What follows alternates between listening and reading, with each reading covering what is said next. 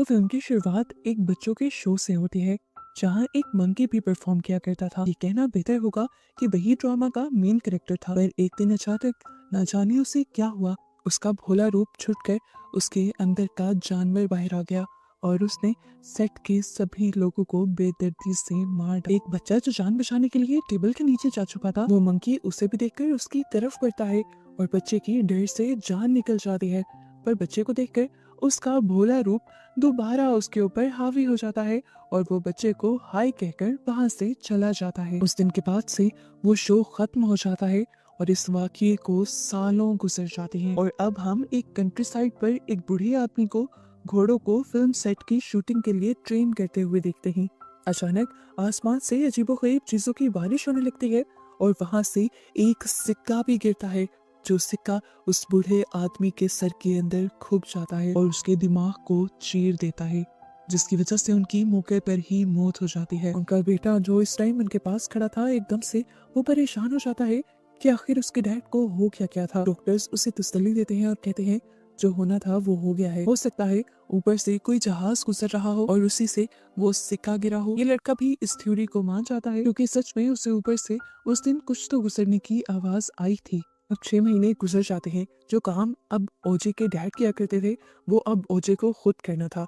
वो घोड़ों को ट्रेन करता है और एक दिन उन्हें फिल्म प्रोडक्शन का एक कॉन्ट्रैक्ट भी मिल जाता है, जहाँ पर वो अपने लकी नाम के घोड़े को लेकर आता है। फिल्म सेट पर ओजे की बहन अपना और अपनी फैमिली का इंट्रोडक्शन देती है और बताती है कि हॉलीवुड में पहली मोशन पिक्चर पर जो आदमी राइड कर रहा था वो उसके ग्रैंडपा थे और उसके बाद से आज तक जितने भी हॉर्सेस इस्तेमाल हुए हैं फिल्म प्रोडक्शंस के अंदर वो सारे उसी की फैमिली ट्रेन करती है। फिर अब जब शूटिंग का टाइम स्टार्ट होता है तो ओजे का घोड़ा जिसका नाम लकी है वो लाइट की रिफ्लेक्शंस को देखकर बहुत ज्यादा घबरा जाता है और कंट्रोल से बाहर चला जाता है। यहाँ पर जितने भी को एक्ट्रेस होते हैं घोड़े को इस तरह मचरा हुआ देखकर वो डर जाते हैं और इस घोड़े के साथ काम करने से मना कर देते हैं। और इस तरह ओजे को जो जिंदगी में पहला प्रोजेक्ट मिला था वो भी उसके हाथ से निकल जाता है और वो बहुत ज्यादा उदास हो जाता है इस बात को लेकर कि वो अब अपना फैमिली बिजनेस नहीं संभाल सकता। वो अपने घोड़ों को इस तरह से ट्रेन नहीं कर सकता जिस तरह से उसके ग्रैंडपा और उसके बाबा किया करते थे। और अब वो एक फैसला करता है कि वो इस लकी घोड़े को बेच देगा। इसीलिए वो उसे लेकर थीम पार्क के अंदर चला जाता है और वहाँ उसकी मुलाकात होती है रिकी से। पता चलता है कि रिकी वही बच्चा था जो सालों पहले उस मंकी शो में मंकी के हाथों बच गया था। रिकी अपने आने वाले हर इंसान को उस दिन की स्टोरी बहुत ही मजे से सुनाता है और वो ये भी बताता है कि किस तरह फैमिली में अकेला रह जाने के बावजूद भी उसने अपने आप को बहुत स्ट्रॉन्ग रखा और आज वो इस स्टेज पे है कि उसका अपना थीम पार्क है। वो ओजे से कहता है मैं तुम्हारा एक घोड़ा तो क्या तुम्हारा पूरा अस्तबल खरीद सकता हूँ। पर ओजे को अपना पूरा अस्तबल नहीं बेचना था, इसीलिए वो वहाँ से बाहर निकल आता है। लेकिन ओजे की बहन चाहती थी कि उनकी ये डील हो जाए। ये लोग अब रात में अपने घर में ही होते हैं कि अचानक इनके घर की लाइट्स फ्लिकर करने लग जाती हैं। बाहर से इन्हें अजीब भयानक सी आवाज सुनाई देती है और ओजे का एक घोड़ा अपनी रस्सियां तुड़वा कर उनके अस्तबल से भाग जाता है। ओजे जल्दी से अपनी गाड़ी में बैठकर अपने घोड़े का पीछा करता है तो उसे आसमान में एक अजीब सी चीज दिखाई देती है। ये एक एलियन शिप लग रहा था। इसे देखकर ओजे बहुत ज्यादा हैरान हो जाता है। उसके देखते ही देखते वो एलियन शिप गायब हो जाती है और ओजे नोटिस करता है कि उस एलियन शिप के यहाँ से जाते ही उसके घर की लाइट्स भी दोबारा से ठीक हो गई थी। और इस बात से तो उसे 100% कंफर्म हो गया कि वो एलियन शिप ही थी जिसके उनके घर के करीब आते ही उनके घर से सारे इलेक्ट्रिकल कनेक्शंस और सिग्नल्स खत्म हो गए थे। वो ये बात आकर अब जल्दी से अपनी बहन को बताता है कि किस तरह उसने आसमान में एक एलियन शिप देखी है। उसकी बहन भी एक्साइटेड हो जाती है और बताती है कि अगर किसी तरह हमने उस एलियन शिप की तस्वीर खींच ली और मीडिया को दे दी तो हम माला माल हो सकते हैं। ये लोग अब उस एलियन शिप को अपने कैमरास में कैप्चर करने का एक प्लान बनाते हैं। हर वक्त तो वो उस पर नजर रखने के लिए खड़े हो नहीं सकते थे, तो ये प्लान करते हैं कि कल को ही अपने घर पर सीसीटीवी इंस्टॉल करवा लेंगे। इस टाइम सीसीटीवी इंस्टॉल करने के लिए उनके घर पर एक टेक्नीशियन भी आया था और उस टेक्नीशियन को ये जानकर बहुत अजीब लगता है कि वो ये सारे सीसीटीवी कैमरास अपने घर के अंदर इंस्टॉल करवाने के बजाय इनको आसमान की तरफ करके इंस्टॉल करवा रहे थे। वो भी समझ आता है कि इनको आसमान में कुछ ऐसा दिखा है जो नॉर्मल नहीं है। क्यूरियोसिटी में वो इस सारे कैमरास की एक्सेस अपने पास भी रख लेता है ताकि वो अपने ऑफिस से भी इन कैमरास के ऊपर नजर रख सके। अब रात होते ही दोबारा ओजे और उसकी बहन उस एलियन शिप के आने का इंतजार करने लग जाते हैं। वो एलियन शिप इनके घर के पास आता तो है, लेकिन उन सीसीटीवीज में रिकॉर्ड नहीं हो पाता, क्योंकि जब जब एलियन शिप इनके घर के पास आता है, उसके घर की और घर के आसपास की सारी बिजली से चलने वाली चीजें बंद हो जाया करती हैं। ये बात अब ओजे और उसकी बहन को भी समझ आ गई थी, और ये भी समझ आ गई थी कि अगर उन्हें उस एलियन शिप को रिकॉर्ड करना है तो इन्हें कोई और रास्ता ढूंढना पड़ेगा। दूसरी तरफ हमें दिखाया जाता है कि वो टेक्नीशियन भी अपने घर से इन सारी चीजों के ऊपर नजर रख रहा था, और वो नोट करता है कि अगर फुटेज को फास्ट फॉरवर्ड किया जाए तो देखने को मिलता है कि वहां पर सारे बादल मूव कर रहे हैं सिवाय एक बादल के, और जरूर उस बादल के पीछे कुछ होगा। यही बताने के लिए अब वो ओजे के घर आ जाता है। यहाँ ओजे और ओजे की बहन उसे बता देती है कि वो एक एलियन शिप है, और क्या हम इस एलियन शिप की सच्चाई इस बादल की तस्वीर खींचकर लोगों को नहीं बता सकते। वो टेक्नीशियन कहता है नहीं, कोई हमारी बात पर यकीन नहीं करेगा, हमें जरूर कोई दूसरा रास्ता ढूंढना होगा। दूसरी तरफ हमें दोबारा रिकी को दिखाया जाता है जो अपने थीम पार्क में अपना शो परफॉर्म कर रहा था। वो अपने शो में बड़ी बड़ी चीजों को एक ही मिनट में गायब कर दिया करता था, और आज वो गायब करने वाला था उस घोड़े को जो उसने ओजे से खरीदा था। बहुत सारे लोग उसके इस शो को देखने आए हुए थे। अचानक यहाँ पर एक भयानक तूफान आता है और रिकी खुश हो जाता है, ऐसा जाहिर करता है कि उसकी ट्रिक काम करने लगी है। जबकि ऊपर हम देखते हैं यहाँ पर वही बादल था जो काफी टाइम से हिला नहीं था, और वही रिकी के पार्क के ऊपर आया था। एकदम से वो तूफान बढ़ता है और यहाँ इस घोड़े के साथ साथ रिकी को भी निकल जाता है। और इस टाइम हमें एक बहुत बड़ा ट्विस्ट ये पता चलता है कि वो कोई एलियन शिप नहीं, बल्कि खुद एक बहुत बड़ा एलियन था जो इंसानों और जानवरों को खाकर जिंदा रहता था। रिकी पहले से ही इस एलियन के बारे में जानता था और इसे कंट्रोल करना भी। उसे कंट्रोल करके वो उसे खाना दिया करता था, और यहाँ लोगों को ये लगता था कि रिकी के पास चीजों को गायब करने की ट्रिक है, जिस ट्रिक में आज वो खुद फंस चुका था। एलियन आज आउट ऑफ कंट्रोल होने की वजह से रिकी को भी निकल जाता है, और सभी यहाँ बहुत ज्यादा डर जाते हैं। सभी लोग यहाँ से अपनी जान बचाकर भाग जाते हैं, और शाम होने तक इस थीम पार्क में कोई भी नहीं रहता। शाम होने पर जब ओजे इस थीम पार्क में आता है तो हम देखते हैं कि वो एलियन पहले से ही जैसे किसी के आने के इंतजार में हो। उसे देखते ही वो उसकी तरफ बढ़ जाता है, और उससे बचने के लिए ओजे वहाँ एक कैबिन के नीचे छुप जाता है, और उसका सर किसी ठोस चीज से टकरा कर वो बेहोश हो जाता है। एलियन को तो वो नहीं मिला था, इसलिए एलियन यहाँ से चला गया था। शाम होने पर ओजे को जब होश आया तो फौरन अपनी जान बचाते हुए उसने यहाँ से भागने की, और रास्ते में उसने अपनी बहन को भी फोन कर बता दिया कि जिस चीज को हम एलियन शिप समझ रहे थे वो खुद एक एलियन है जो इंसानों और जानवरों को खाता है। उसे बताता है कि मैंने खुद उसे थीम पार्क के अंदर देखा है, थीम पार्क में उसने सबको खा लिया था और वो मेरे भी पीछे पड़ा हुआ है। मैं अब घर वापस आ रहा हूँ।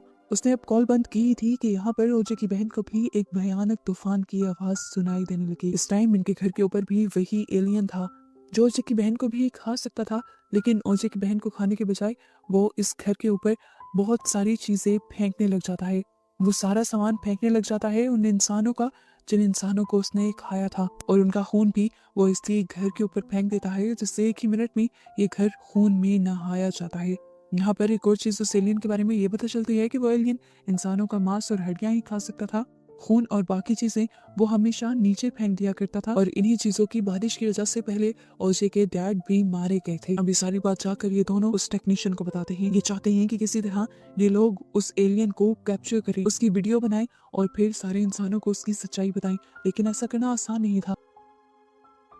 जब जब भी वो एलियन जमीन के करीब आता था, इर्द गिर्द की सारी इलेक्ट्रॉनिक चीजें बंद हो जाती थी। कैमरा भी तो एक इलेक्ट्रिकल डिवाइस ही थी, तो ये लोग उसे कैसे कैप्चर कर सकते थे। वो टेक्नीशियन अब उन्हें एक ऐसे आदमी के पास लेकर जाता है जो वाइल्ड लाइफ फोटोग्राफर है, और उसके पास एक ऐसा कैमरा है जो किसी बैटरी से नहीं चलता बल्कि हाथ के घुमाने से चलता है। ये लोग उससे कुछ देर के लिए वो कैमरा लेना चाहते थे, पर वो आदमी इनसे कैमरा लेने की वजह पूछता है, और ये लोग सच सच सब कुछ बताते रहे। लेकिन इस आदमी को उनकी इस एलियन वाली कहानी पर यकीन नहीं होता, और वो उन्हें डरा धमकाकर यहाँ से भेज देता है। रात में जब वो न्यूज देखने के लिए बैठता है तो उसे न्यूज में एक बहुत ही अजीब खबर पता चलती है कि उनके इस इलाके में एक ऐसे जानवर को देखा गया है जो अपने साथ के दूसरे जानवरों को मारकर और इंसानों को भी मारकर खा जाता है, लेकिन अभी तक उस जानवर को देखा नहीं जा सका। इस न्यूज का सुनना था कि उस आदमी को सारी कहानी समझ आने लगी, और उसे ओजे और उसकी टीम की बातों पर भी यकीन आने लगा, और अब उसने खुद ही उस कैमरा को ओजे की टीम के पास ले जाने का फैसला किया। ये लोग अब ओजे के घर के पास उस कैमरा को सेट कर देते हैं, क्योंकि जानते हैं कि वो एलियन यहीं ओजे के घर के आसपास रहता है। साथ ही वो यहाँ पर बहुत सारी इलेक्ट्रिकल डिवाइसेस भी लगाते हैं ताकि जैसे ही ये डिवाइसेस बंद हों तो इन्हें पता चल जाए कि एलियन इनके घर के पास है। सारा सेटअप लगाने के बाद ये लोग उस एलियन के आने का इंतजार करने लग जाते हैं और इसी दौरान ओजे की बहन नोटिस करती है कि इधर कोई आदमी भी आ रहा था और वो थीम पार्क की तरफ ही जा रहा था। थीम पार्क में तो खतरा बहुत ज्यादा था। थीम पार्क में कोई भी इंसान जाता था तो एलियन उसे खा जाया करता था। ओजे की बहन उस आदमी को जाकर ये बात बताना चाहती थी। वो उसे रोकती भी है। वो उससे पूछती है कि तुम कौन हो और यहाँ क्या करने आए हो। वो आदमी बताता है कि मैं एक न्यूज रिपोर्टर हूँ और यहाँ से लोगों के गायब होने की न्यूज को कवर करने के लिए आया हूँ। ओजे की बहन उसे समझाती भी है कि आगे पार्क की तरफ मत जाओ, वहाँ खतरा है। पर यह आदमी उस लड़की की एक नहीं सुनता और अपना बाइक लिए आगे बढ़ जाता है। पर कुछ ही दूर जाने पर उसका बाइक बंद हो जाता है और वो बाइक से गिर जाता है बुरी तरह। बाइक बंद होने की वजह भी यही थी कि यहाँ आसपास एलियन था। ओजे जो दूर से उसे बाइक से गिरता देख चुका था, वो जान गया कि अब उसकी जान खतरे में है और एलियन किसी भी वक्त उसे निकल लेगा। ओजे अपने घोड़े पर बैठे हुए उस आदमी को बचाने के लिए निकलता तो है, पर अब तक बहुत देर हो चुकी थी। उस एलियन ने उस आदमी को निगल लिया था। जबकि दूर हमें दिखाया जाता है कि उस वाइल्ड लाइफ फोटोग्राफर ने भी मौके का फायदा उठाते हुए वो सब कुछ अपने हाथों से रिकॉर्ड कर लिया था अपने कैमरे के अंदर। जितनी फुटेज उसे मिली थी ये काफी थी, लेकिन वो इस सब को और अच्छे से रिकॉर्ड करना चाहता था, इसीलिए वो उस एलियन के नीचे भी चला जाता है। बेवकूफ ये नहीं जानता कि उस एलियन की सक करने की, अपनी तरफ खींचने की पावर बहुत ज्यादा थी। वो इस फोटोग्राफर को भी अपने अंदर सक कर लेता है। इसके बाद उस फोटोग्राफर की भी मौत हो जाती है और बच जाते हैं ये तीनों। ये एलियन इन तीनों को भी खाना चाहता था। इनकी तरफ बढ़ने के लिए वो अपना रूप बदल लेता है और अपने आप को एक बहुत बड़े से पैराशूट की शक्ल में ले आता है और तेजी से ओजे की बहन की तरफ बढ़ता है। पर ओजे की बहन उसे चकमा देते हुए भागती रहती है। ओजे की बहन इस टाइम एलियन से काफी दूर आ चुकी थी और उसे उस न्यूज रिपोर्टर का बाइक भी मिल गया था। वो इस बाइक के ऊपर बैठकर इस बाइक को स्टार्ट करने की कोशिश करती है तो किस्मत से बाइक स्टार्ट भी हो जाता है, क्योंकि वो एलियन इस बाइक से काफी दूर था। अब वो इस बाइक को चलाते हुए जल्दी से थीम पार्क के अंदर आ जाती है और यहाँ पे लगे हुए बड़े बड़े हीलियम बैलून को काट कर हवा में उड़ा देती है। उस एलियन को लगता है कि वो बैलून्स इंसान हैं, इसीलिए वो उड़कर उन बैलून्स के ऊपर जाकर उन्हें इंसान समझते हुए निकल जाता है। अब ठीक इसी वक्त जब एलियन दूर खड़ा उस गुब्बारे को अपने अंदर निकल रहा था, ओजे की बहन मौका पाते हुए अपने डिजिटल कैमरा से उस एलियन की पिक्चर बना लेती है। इस टाइम ये डिजिटल कैमरा इसलिए वर्क कर रहा था क्योंकि वो एलियन से बहुत ज्यादा दूर था और इस पिक्चर को सही से लेने के लिए ओजे की बहन ने कैमरा को फुल जूम भी किया हुआ था। फाइनली उन्हें इस एलियन की पिक्चर मिल जाती है। अब दिखाया जाता है कि एलियन ने जिस गुब्बारे को निकला था असल में उसके अंदर हीलियम गैस थी, जिसकी वजह से एलियन की बॉडी के अंदर जाते ही एलियन की बॉडी के अंदर एक बहुत बड़ा ब्लास्ट होता है और एलियन वही इनकी आंखों के सामने मारा जाता है। उसकी मौत को देखकर ओजे की बहन सुकून का सांस लेती है और थक कर वहीं बैठ जाती है। जबकि दूसरी तरफ हमें ओजे को भी दिखाया जाता है जो भी अब बिल्कुल सेफ था। हालांकि घोड़े से गिरने की वजह से उसे कुछ चोटें आई हुई थी। इनका मिशन भी पूरा हो गया था। इनके पास उस एलियन की पिक्चर आ गई थी जिसे ये लोग बेचकर बहुत सारे पैसे कमा सकते थे और इसी तरह बस इन दोनों को दिखाते हुए ये मूवी यहाँ खत्म हो जाती है।